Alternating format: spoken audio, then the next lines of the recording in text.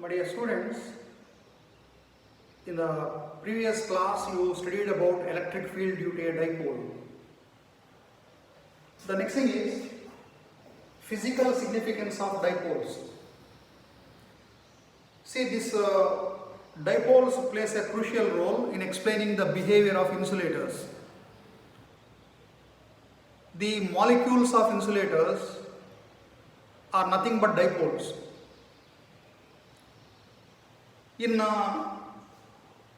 some insulators, in their molecules, the center of positive charge and the center of negative charge, they are slightly separated. That means they do not coincide. That means here in some insulator molecules, the center of positive charge and negative charge, they do not coincide, they are slightly separated. That means each molecule acts like a dipole. And these type of molecules are called polar molecules.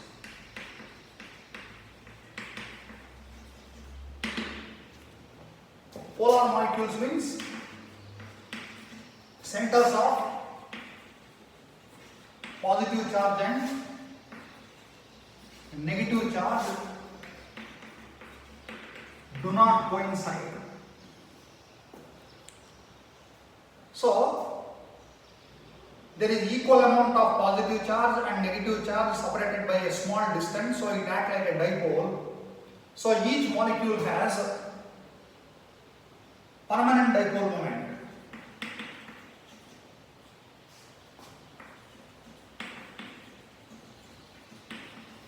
Permanent dipole moment.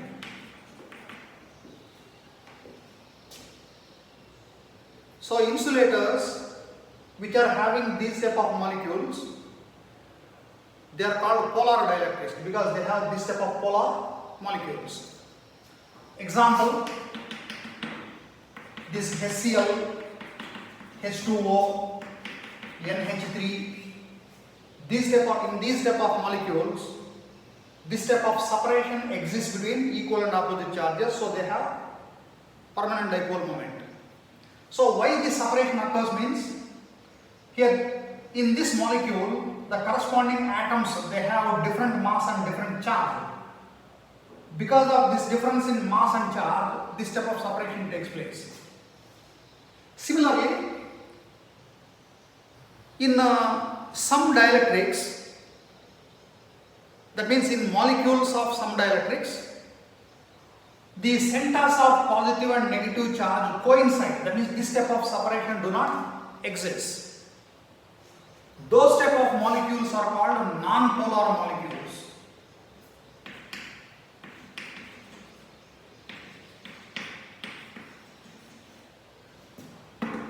So in a non-polar molecule like this, the center of positive charge and negative charge both will be coinciding. That means centers of positive and negative charge coincide. So here, as there is no separation between this equal and opposite charge, these molecules will have no permanent dipole moment.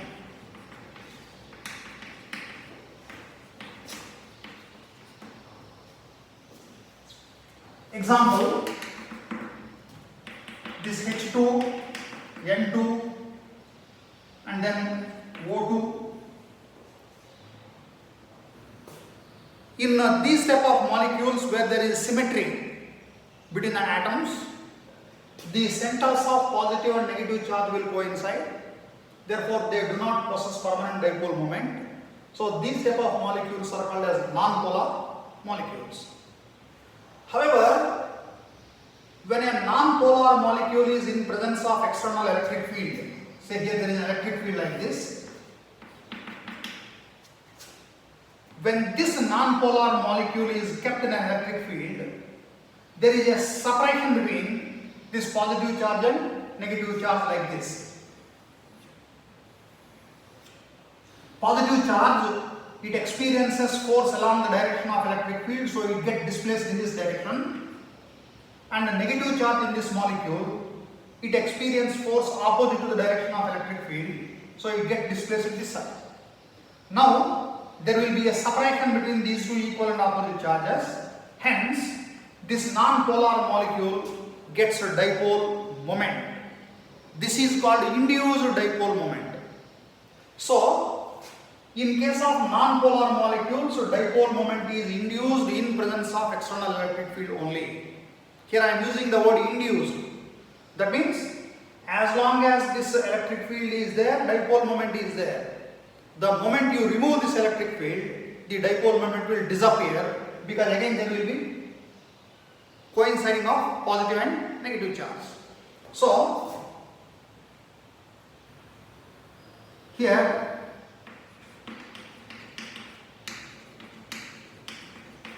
dipole moment is induced in presence of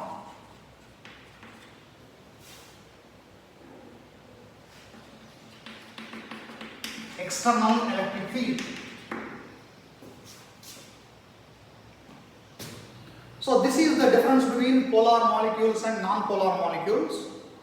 Insulators which consist of these type of non-polar molecules, they are also called as non-polar dielectrics because of the same reason.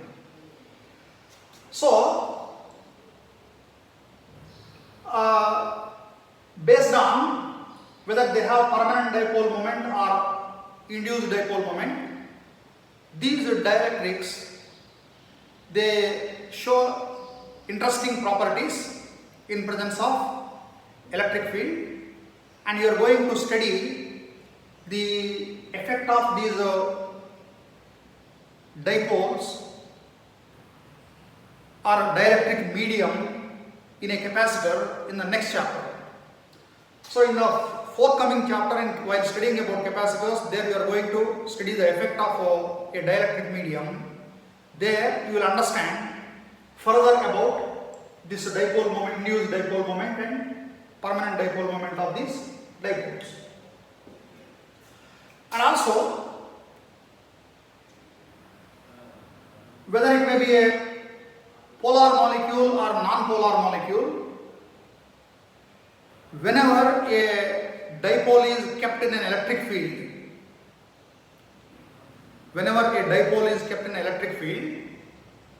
it tends to rotate along the direction of electric field because of the torque acting on it.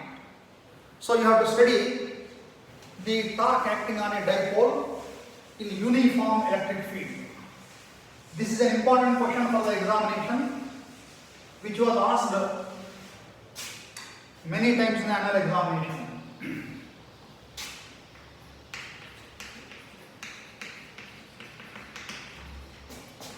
Torque acting on a dipole in uniform electric field. Here you consider a uniform electric field E.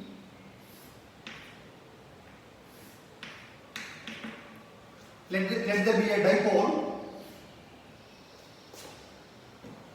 So this is a dipole.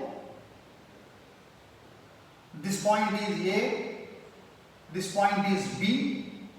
At A there is a positive charge plus Q. At B there is a negative charge minus Q. This dipole, this is the center, and it makes an angle theta with the direction of this electric field. So you have to write these statements here. Consider a dipole of moment P is equal to Q into 2A, kept at an angle theta with the direction of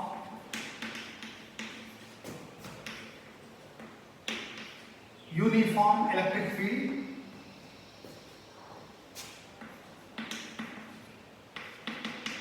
E. So when this dipole is present in uniform electric field, this positive charge in this dipole experience a force in the direction of electric field which is equal to plus QE. So you know that a positive charge experience a force along the direction of electric field, and the magnitude of the force is QE because this E is equal to F divided by Q. Therefore, F becomes equal to Q into E. Therefore, force on this charge is plus QE. Similarly, the negative charge will experience a force opposite to the direction of electric field like this. So, this force is minus QE. So,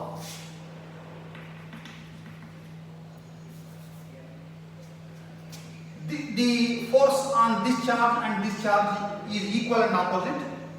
Therefore, the net force on the dipole is 0. So here, as the charges in dipole experience equal and opposite force,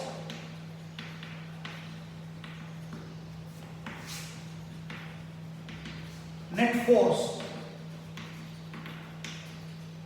on the dipole is 0. But these two forces being acting at different points on the dipole, these two forces being acting at different points on the dipole, the dipole tend to rotate like this. That means there is a rotational effect of this force which is called as torque. In PUC first year, you elaborately studied about this moment of force or torque. So how to find this moment of force? It is nothing but either force into perpendicular distance between the two forces. But these two forces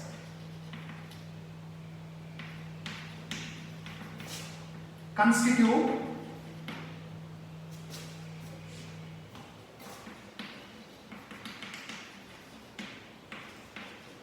a couple. Therefore,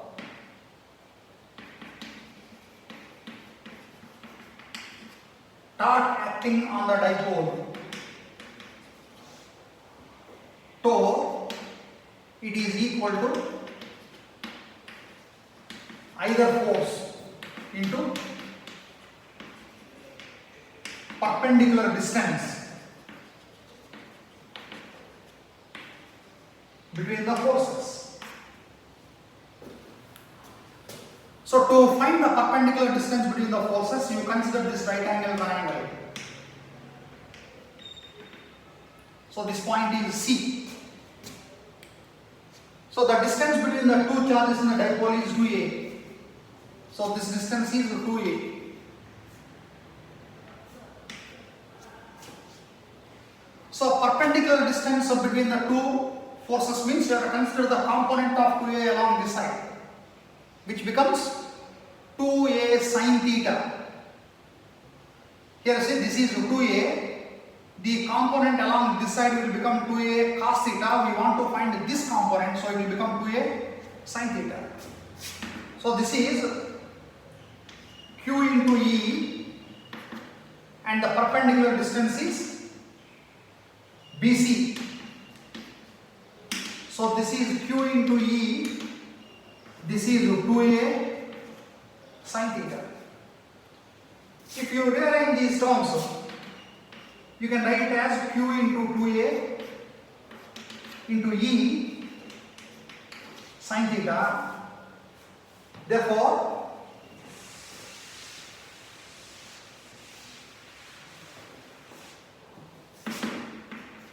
this tau is equal to Pe sin theta.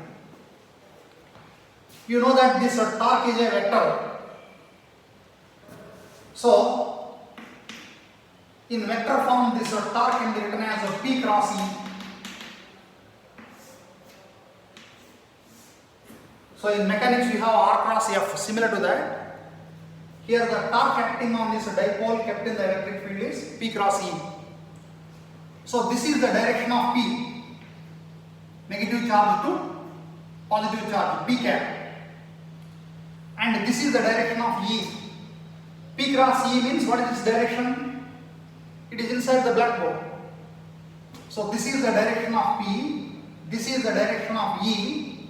According to the right hand rule which I told you in explaining this cross product of two vectors, P cross E means vector E is to be imagined to be rotating towards E, shown by the curved fingers of the right hand.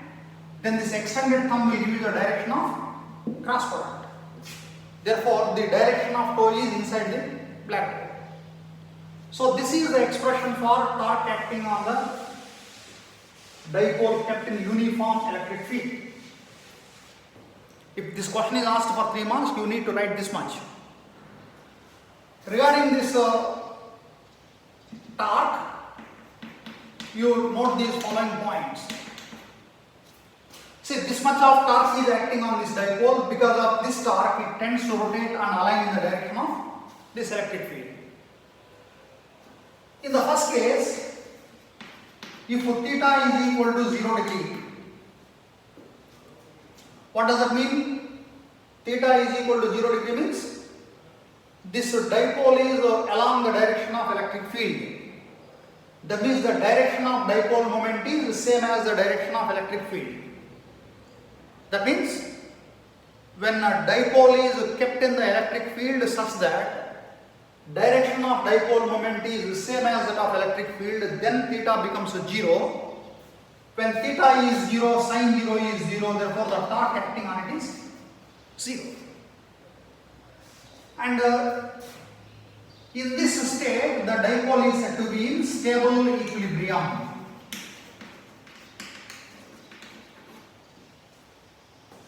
Because when the dipole is kept like this, even if you disturb the dipole because of the torque acting on it, again it will come back and align in the same direction. That is what I mean by stable equilibrium. So at the theta is equal to 0 degree, even if you disturb the dipole, still it tends to come back to the same state. That's why it is said to be in stable equilibrium. The second thing, if theta is equal to 90 degree, theta is 90 degree means it will be like this. That means the dipole moment is perpendicular to the direction of electric field. So sin 90 becomes 1, therefore the torque acting on this dipole, it will become maximum, which is P into E. Next, if theta is equal to 180 degree, that means this dipole is like this. The direction of dipole moment is opposite to the direction of electric field. In such a case, this sin 90 or sin 180 being 0, this torque acting will become 0. So when the dipole is in this state, if you disturb the dipole, it will rotate by 180 degree and align in the direction of electric field. It won't return to this state. Therefore, it is said to be unstable equilibrium. Dipole is said to be in unstable equilibrium. This equation is valid only when the electric field is uniform. If the electric field is not uniform, that means in non-uniform electric field,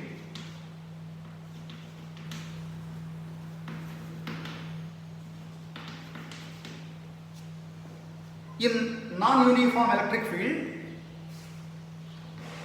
non-uniform means the electric field at different points is different. That means force on the positive charge, it may not be equal, it is not equal and opposite to, the the force on this positive charge, it is not equal to force on the negative charge. As these two forces, when they are not equal, there is a resultant force acting on the dipole. So that dipole experiences a resultant force and it tends to move along the direction of the resultant force in addition to the torque acting on it. So in a non-uniform electric field, dipole experience a resultant force along the stronger electric field direction. Resultant force along strong electric field direction in addition to torque.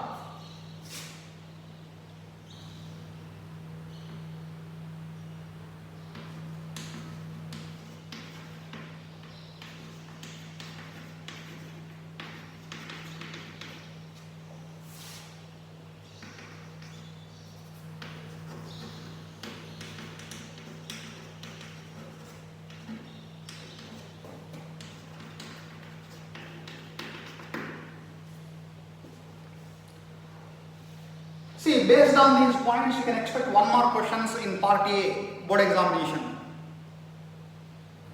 So, what is the torque acting on a dipole in stable equilibrium, or when the dipole is said to be in unstable equilibrium?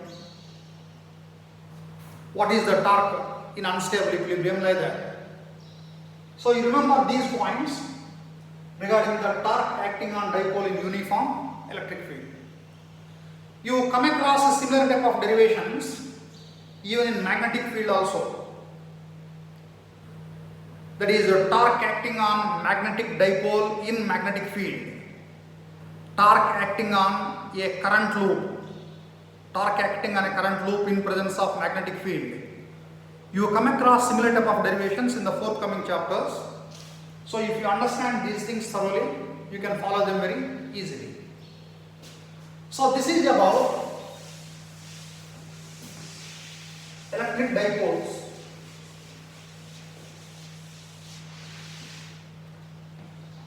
The next topic is continuous charge distribution.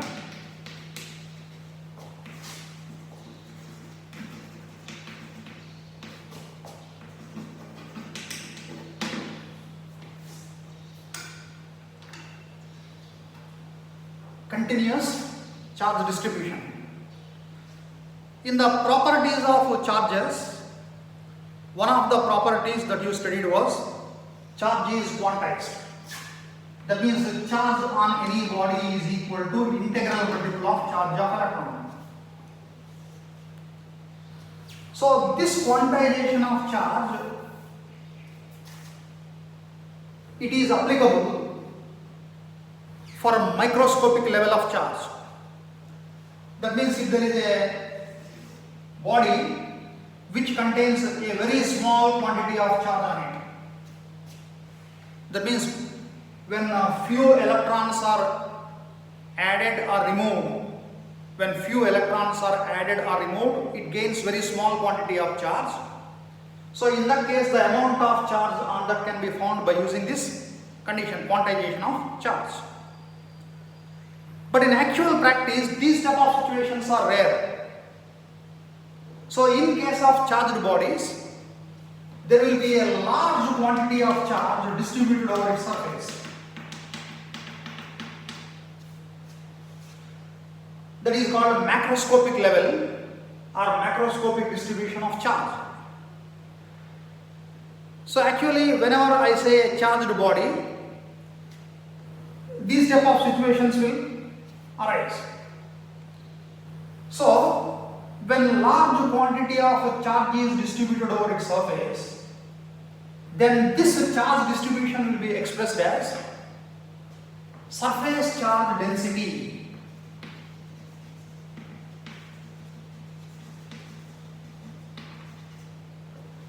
The distribution of charge over its surface, it will be expressed as surface charge density, symbolically represented as sigma. So the surface charge density at any point on the surface is given by this amount of charge present in a small area surrounding this point. See, if I want to express the surface charge density here, around this point I consider a small area delta S, and I find the amount of charge present only in this area, that is a delta Q. So this delta Q divided by delta S, it will give you surface charge density, and this is expressed in Coulomb per meter square. Understand? So when large quantity of charge is distributed over a body, how this charge is distributed over its surface, it will be expressed in terms of surface charge density. So this surface charge density, it is nothing but amount of charge per unit area surrounding that particular point. So this is this continuous distribution of charge. It is similar to continuous distribution of mass. See, if you consider a body at a macroscopic level, this mass is distributed continuously. But whereas at a microscopic level, this body is composed of atoms or molecules. So when the body is very, very small, then its mass will become number of atoms into mass of each atom. Number of atoms into mass of each atom will give you mass of the body when the body is very, very small. But in a body, when there is a continuous distribution of mass, then how this mass is distributed in the body will be expressed in terms of density. So density means mass per unit volume. So average mass per unit volume gives you density. So the density will give you the distribution of mass in the body. Similar to this example,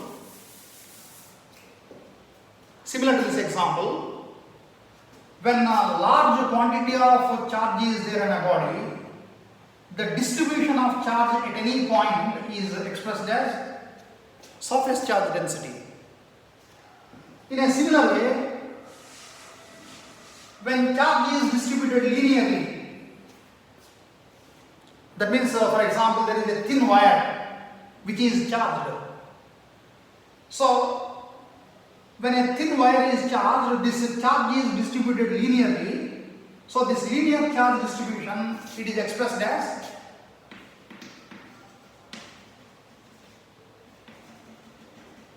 linear charge density represented as lambda, which is given by delta Q divided by delta L.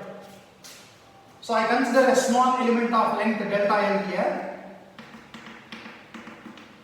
I find the small quantity of charge present in this region. So that will give you the linear charge density in this region. So this is measured in Coulomb per meter. Similarly, charge when it is distributed in space, we call it as volume charge density represented as rho, which is nothing but the charge per unit volume, which is measured in Coulomb per meter cube. So, when charge is distributed continuously, that continuous charge distribution is expressed by means of these terms. So these terms plays a crucial role in finding electric field, electric potential, all these things at a point due to different types of charge conductors. So to consider a simple example, how to find electric field due to volume distribution of charge, volume charge distribution. See here, there is a volume where large quantity of charge is distributed like this.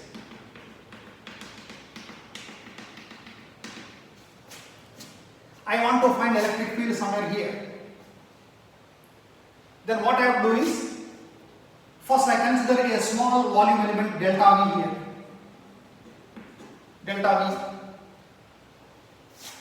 So I find the charge present in the small volume delta Q. Therefore the volume charge density is given by delta Q divided by delta V. Therefore the charge present here delta Q is equal to rho delta Q. So this charge present in this small element of volume, it can be treated as a point charge. The charge present in this small element of volume, in this volume element, it can be treated as a point charge.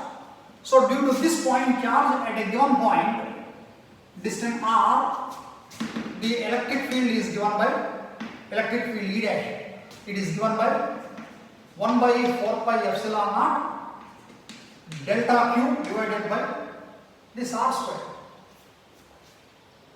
Delta Q divided by r square. What is this delta Q? It is rho delta V. So 1 by 4 pi epsilon naught rho delta V divided by r square. So this is the electric field at this point due to this small volume element. In order to find the electric field here due to this entire volume distribution of charge, I shall consider this whole volume is made up of small number of elements like this. Due to each element, I find electric field in the same way. In every element, this volume density is different, distance is different, so therefore charge is different. So due to different elements, I find the electric field. Therefore, the net electric field E is given by the sum of all these electric fields. This one.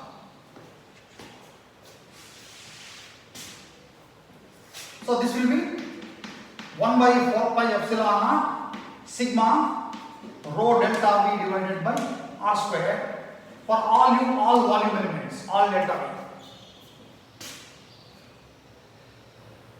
In case if volume of each element is infinitesimally small, if the volume of each element is infinitesimally small, then there will be infinite number of elements here. Then this will become infinite summation.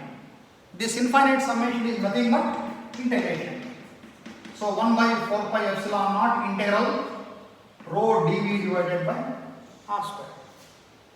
So in this way, due to continuous charge distribution, one can find electric field at any given point. So this treatment is useful when the charge distribution is non-uniform. But in case of symmetric charge distributions, you can find the electric field at a point in another simpler way, that is by using Gauss law.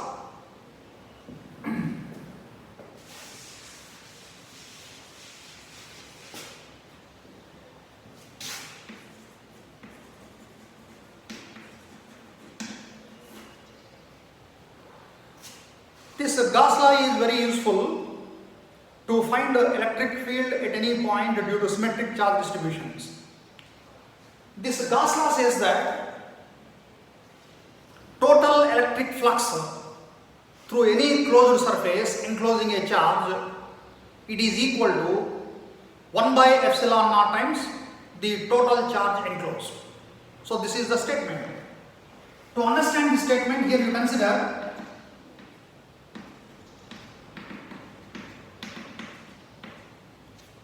here there is a system of charge here. So due to all these charges, electric field will be there. So in this region there is a combined electric field. Now this Gauss law says that if I consider a closed surface like this, there will be an electric flux emerging normally like this.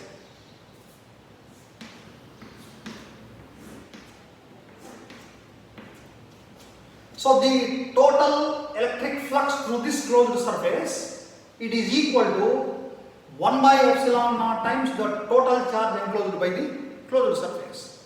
So this is the statement here. Total electric flux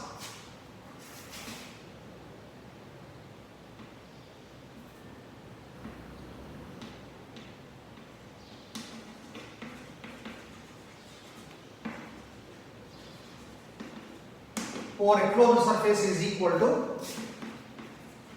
1 by epsilon naught times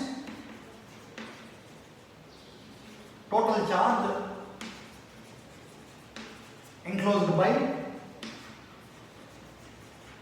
the closed surface.